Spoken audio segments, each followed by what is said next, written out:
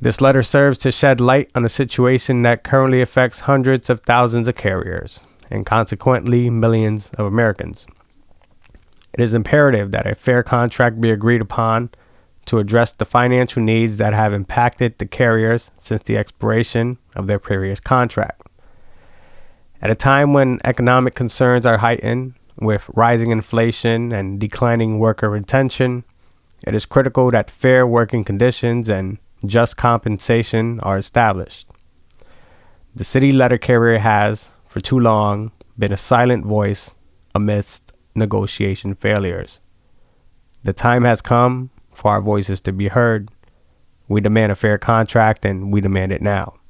Welcome to Unconscious Thoughts, a domain where I shine light on my personal experiences and stories that have helped to shape my current character and personality and all the changes along the way. Hey, what's going on, guys? Welcome back to another episode. I'm glad to be here with you guys tonight. So tonight it's gonna be a follow-up video. Okay, guys. On my video titled Day 449. If you go back and you look at that one, I'm just double checking on my side. Day 449. On that video, I made a suggestion. It was titled "No Contract, Time to Fight Back." Okay, it was day 449 of us not having a negotiated contract, and in that video, I was just putting ideas together and trying to come up with an idea, right, of how the city letter carrier could fight back without breaking any laws, without affecting the employer, without affecting work stoppage or anything like that, and to do it the right way.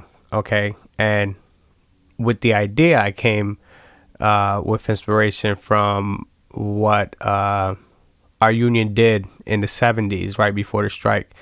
And essentially what the union did was they posted an article in a newspaper, and they called upon the American people to bombard the president, Nixon's office, with letters. And I think they were successful in sending over 6 million letters to President Nixon. And that began the process of Nixon working with the NLAC to try to create a new postal service. Okay, that's the real short, sweet version of it.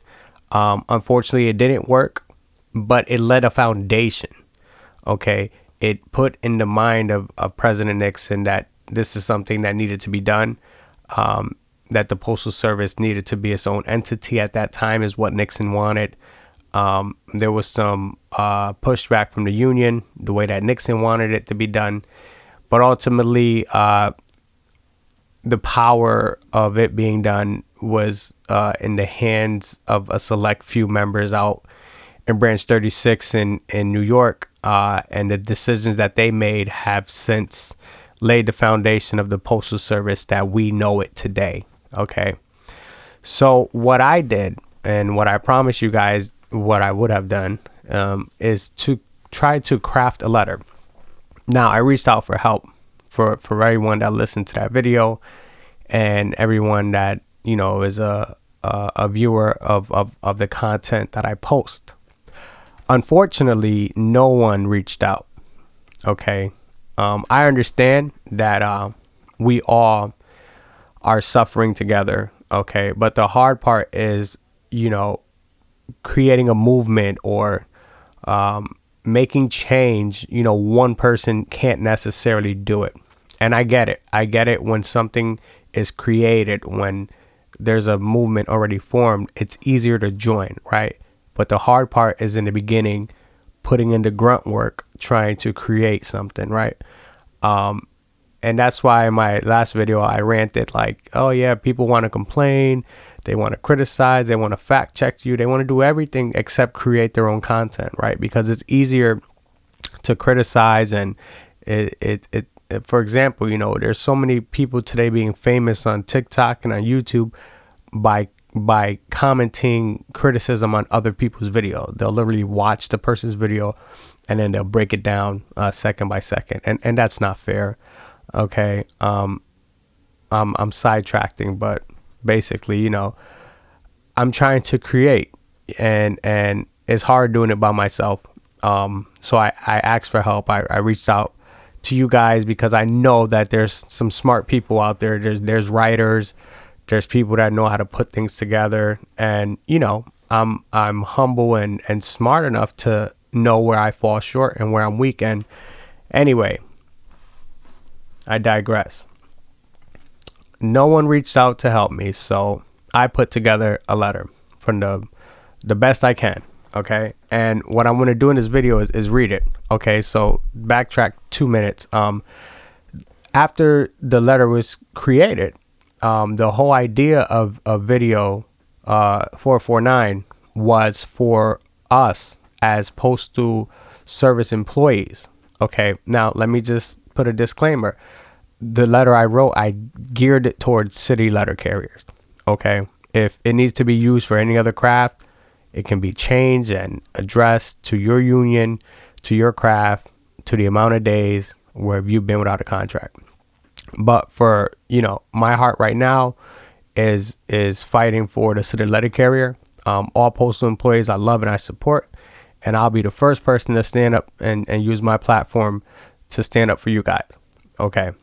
So with the letter, the idea was for us as postal employees and city letter carriers to print it out, because I can't print out millions of letters. I just don't have that much resources. So if we can print them out individually and stamp them and letter them up and send them to where they got to go. So the original idea was that we send one to the national president. We send one to the president of the United States of America. We send 2 copies to each sitting senator in your state. We send a copy down to your local branch. All right. So, we can still do that. We can always try to create a big movement by collecting monies and having the letters printed by like a Kinko's or, some small local business that's still in printing. And we can have them lettered out and we can have them sent. Right. But that comes with a cost. All right. And the cost will shift vary. I understand it's tight for people right now. The original idea was $10 would take care of that. $10 would take care of the postage, but it would not have taken care of the paper or the ink. You know what I mean? So it gets a little funny when money gets involved. Right. So the easiest way is for everyone that is interested to just print the letter yourself and send it to the people that you want to send it to. But most importantly, it has to be sent, and no less, it has to be sent to your 2 state senators. That's the most important thing. Okay, the most important people to send it to is going to be your, not state senators. Your U.S. senators. Okay, the people that are in Congress. Okay, your state senators, you can do that if you want, but your United States senator. Okay, in my state, we have 2. I think every state has 2. Your voice in Congress, your senator, you got to send it to them and send it to Brian Renfro. We have to send letters to Brian Renfro. We need to send hundreds of thousands of letters to Brian Renfro's office so he gets the point. All right, guys, that took way longer than I thought. So here's the letter. Dear concerned parties, for 474 days, the United States Postal Service and the National Association of Letter Carriers have been unable to reach a tentative agreement despite multiple attempts. This has left the city letter carrier in a difficult position, as both their employer and their union have in fact not provided the protection originally intended to safeguard them from unsafe working conditions and unfair wages. In light of this, it raises the question of whom we can turn to if our leaders and elected officials fail to bargain in good faith and reach timely resolutions for contractual differences. This letter serves to shed light on a situation that currently affects hundreds of thousands of carriers and consequently millions of Americans. It is imperative that a fair contract be agreed upon to address the financial needs that have impacted the carriers since the expiration of their previous contract. At a time when economic concerns are heightened with rising inflation and declining worker retention, it is critical that fair working conditions and just compensation are established. The city letter carrier has, for too long, been a silent voice amidst negotiation failures. The time has come for our voices to be heard. We demand a fair contract, and we demand it now. As an employee of USPS and a member of NALC, I write this letter with serious concern. As it stands today, the NALC and the USPS have failed on numerous occasions to present the members of the NALC with a fair tentative agreement that addresses competitive wage increases and improved working conditions. The 2019 to 2023 agreement officially expired on May 20th, 2023, and the statutorily mandated 60-day mediation period ended on July 19th, 2023. This impasse should have led to the appointment of a 3-member arbitration board to conduct binding arbitration and establish the terms of a new national agreement. However, as of September 5th, 2024, the city letter carrier remains uninformed about the ongoing negotiations and the underlying issues hindering progress toward a fair and swift resolution.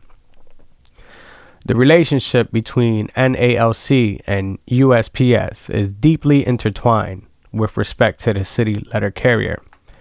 The Postal Service cannot fulfill its primary obligation of daily delivery to every American without the letter carrier, and the NALC cannot exist without the voluntary dues paid by the city letter carrier. Thus, the interests of the city letter carrier must be of paramount importance in all negotiations. I strongly urge that upon receiving this letter, a contract is either formally negotiated or submitted to arbitration within the next 7 days. So that's what I put together. Again, I'm open to constructive criticism. I'm open to people that understand how to write letters and, can put something together or help put this piece into something different. Okay.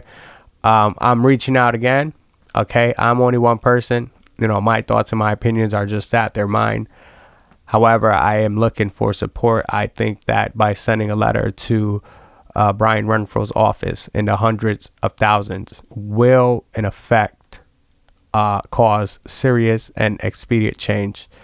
And I think that by, having a media outlet pick up our concern, it would force our senators to make this an issue. Okay.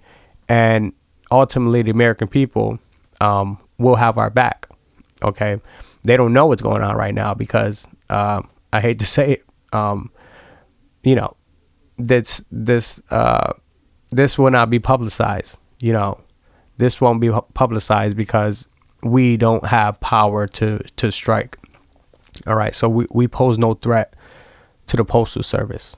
Okay. So we have our union officials and, ultimately they failed us. Okay. So this is us letting both parties know that we've been failed. Okay. And their relationship does not exist without us. Okay. So if we think of them as the parents, we're the child. And what happens when a child gets a mind of his own? I don't know about you guys, but I was rebellious once I started learning out the truth. And, eventually I settled down. But, we have to find a way to be smart about it without causing undue hardship to the employer, without stopping work, and without affecting the public at large. Because if we stop delivering mail during the election and no one's mail ballot gets delivered, Americans will never trust the Postal Service again. You know what I mean? So guys, let me know what you think. All right. And definitely let me know what you think. And if you want to reach out and help me, let me know. Like I said, I've been a lone wolf over here. Just, waiting for you guys to show up. All right. But until next time I'll be here, you'll be there. Again, thanks for your support. Thanks for spending a couple minutes with me on tonight. And I greatly appreciate everyone. And Steven Pena, you still haven't reached me out. bro, I gotta send you the gift card. You know what I mean? I'm a man of my word. All right, guys, until next time, I'll be here. You'll be there. Peace.